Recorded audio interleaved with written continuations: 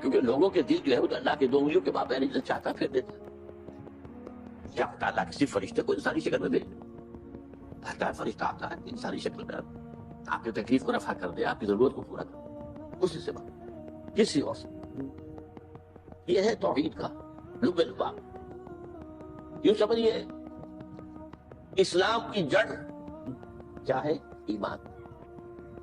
اسلام کا جو خارجی نظام عمل ہے، انفرادی اعمال ہو اجتماعی ہو، ان سب کی روح رواں کیا ہے؟ ایمان. ایک بات ہو گئی. ایمان کا خلاصہ لب لباب کیا ہے؟ ایمان باللہ. جیسے ایمان بالآخرہ بھی ہے، ایمان بالملائکہ ہے، ایمان بالانبیاء ہے، ایمان بالرسل ہے، ایمان بالکتب ہے، ایمان بالقدر ہے، لیکن اصل ایمان. اس لیے ایمان مجمل میں آپ کو معلوم ہے کسی اور چیز کا ذکر نہیں. آمنت باللہ کما ہوا باسمائہ وصفاتہ وقبلت جمیع احکامہ اقرار باللسان وتصدیق بالقلب. یہ ایمان مجمل ہے. اجمالی طور پر ایمان اس کا نام ہے. ہاں مفصل تفصیلی طور پر آمنت باللہ وملائکتہ وکتبہ ورسلہ والیوم الآخر والقدر خیرہ وشرہ من اللہ تعالی. کہ اسلام کی جڑ ایمان اور اسلام کا سارا جو نظام عمل ہے، چاہے انفرادی اعمال ہو چاہے اجتماعی، ان سب کی روح رواں ایمان. اور ایمان کا خلاصہ ایمان باللہ. اور ایمان باللہ کا اصل حاصل وہ ہے جو سمجھ میں آ رہا. اس کے دو تقاضے، عبادت صرف اسی کی، استعانت صرف اس کی. اس لیے میں نے سورہ فاتحہ کا تذکرہ شروع میں کیا. یہ عبادت کا جوہر ہے، عبادت کا جو ہے یہ ایمان کا حاصل. عبادت صرف اس کی ہے اور استعانت صرف اس کی.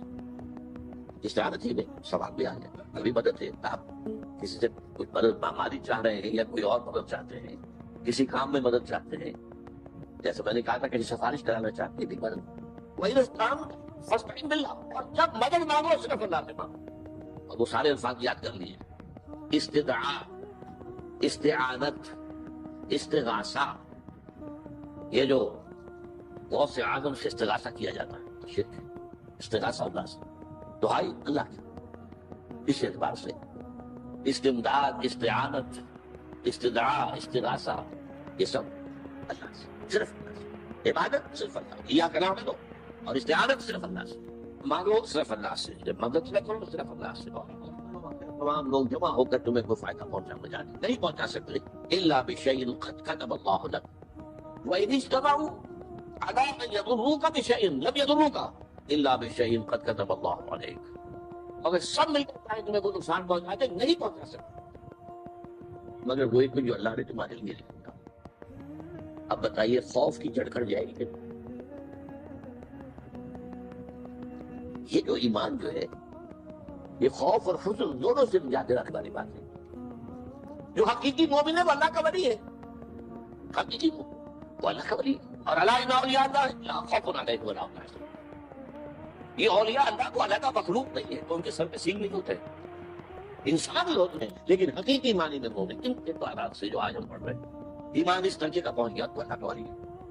اور لوگ بھی خوف کس بات کا ہوگا؟ کس سے خوف کروں؟ اس کے ہاتھ میں کچھ ہے ہی نہیں. اور اگر کچھ اللہ نے میرے لیے لکھے وہ آکر ہے کہ اب اللہ گڑ گڑاؤں تو اس کے سامنے چھوڑ دے.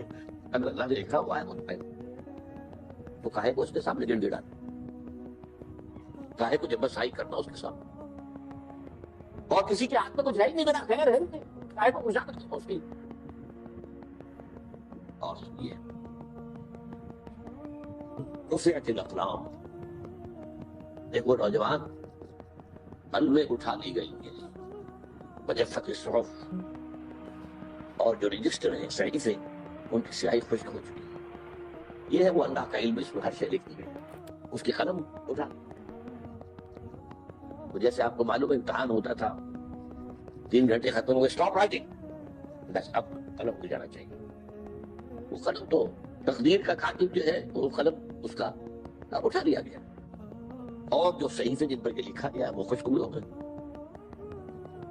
یہ تو روایت ہے جو امام ترمذی نے جس کو روایت کیا. یہ متن ان کا ہے جو ہم نے پڑھا ابھی، اور ان کا قول یہ ہے کہ یہ حدیث حسن صحیح ہے.